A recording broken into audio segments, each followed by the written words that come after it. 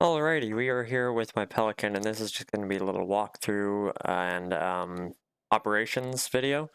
I am slowed down here. I'm not quite sure why. Yeah. So we'll just start getting this thing up and driving before we go through anything else. So we're gonna hop on in. We have magnets and stuff back here for smaller cargo. This is the challenge version, so it's got all of the cargo and everything already in here. The other version is going to be a required item on the link on the workshop, so you can get an empty version because that's always better. We do have a little order here, so you can see where they're all going. And let's see, we can operate the door from in here, or we can open up the nose from the outside, but we can't open the ramp. It will do its little things like that. You need to press it twice to close it on the inside, which really isn't that big of a deal. Sometimes the door can get a little bit stuck and it'll wobble the plane around a little. It doesn't always do that, it's just sometimes, but it all works fine. And we can see it out the window. So we can now start closing this ramp. We can turn on the mags. And that will go all the way down. It won't stop you whenever you get to the bottom. So you're in control of that. Same with going up, you have to stop it whenever it gets to the top. You're in control, you're the pilot, so it's all your job. So we'll stop it there. Now we will do this, like that, and like that. Now the door will close. Sometimes it does do the little funky thing whenever it's closing as well. So we'll start off, we'll just hop up here. You can use a ladder, it's quicker just hopping onto the seat though. We do have our interior here. We have lights we can control here. None of it's going to work. We do have our master power here. We need systems and cockpit power. Now we have power. We can turn the lights on down there as well now. So we're going to hop into the pilot seat, which is on the left. Both these seats do not have control, only the pilot. The seat on the right is the navigator, so you're in control of the coordinates, autopilots, and all of that.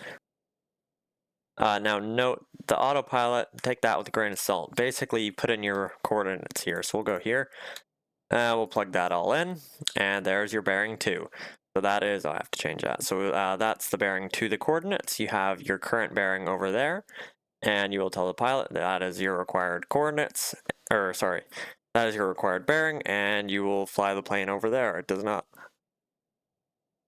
automatically take you over there or anything like that. You can turn on your stabilizers here, and that will just generally stabilize the plane. And you have alt hold. That will hold whatever altitude you're at whenever you press that key. Yeah. So right off the bat, we want to turn on our fuel pumps, both of them, and our master. You'll be able to hear the fuel pumps in the background. And we will hop on back here, and we will go and actually start it up now. Another thing, you do have wheel chocks, so you have to remove those. These will not remove the brakes until the master parking brake is off as well. So you can pull these both off and move the wheel chocks, and then the brakes will still be on until you pull the master. So we want to start with engine 1 over here. There is that key to open up the nose if you want.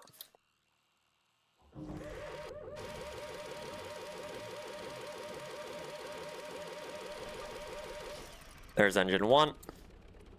And now we'll do engine 2.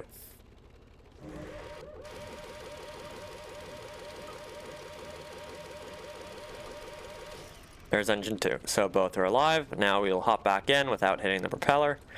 Close up the door. There's a electrical reconnect there. It's pretty good on electricity though. I've never had it drop below 1 whenever you're running. Whenever everything is turned off though, the engines, you will not generate any electricity. So that's a thing. We can turn on our rotating beacon, which just spins, and our position lights. We've got a lantern in the back there. And some nice little nav lights around there. We do have taxi lights here. And we have a bunch of landing lights all around there, so we can see a lot. So we'll just turn on taxi lights. We do have backup battery here if we need. We do have our volts here, so we can see what we're at. We're holding at 1, so we're good. Now we are full of cargo. So the cargo is over half the weight of the whole plane. So that does become a bit of an issue sometimes. So the second notch on the flaps, there's 1 and 2, and then there's 0 and 0. But 2 will actually increase the pitch of the propellers as well.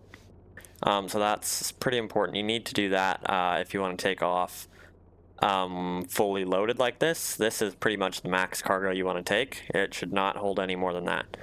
So here is our master for our parking brakes. We'll take that off. We'll bring our throttle up to around 20 or 30%.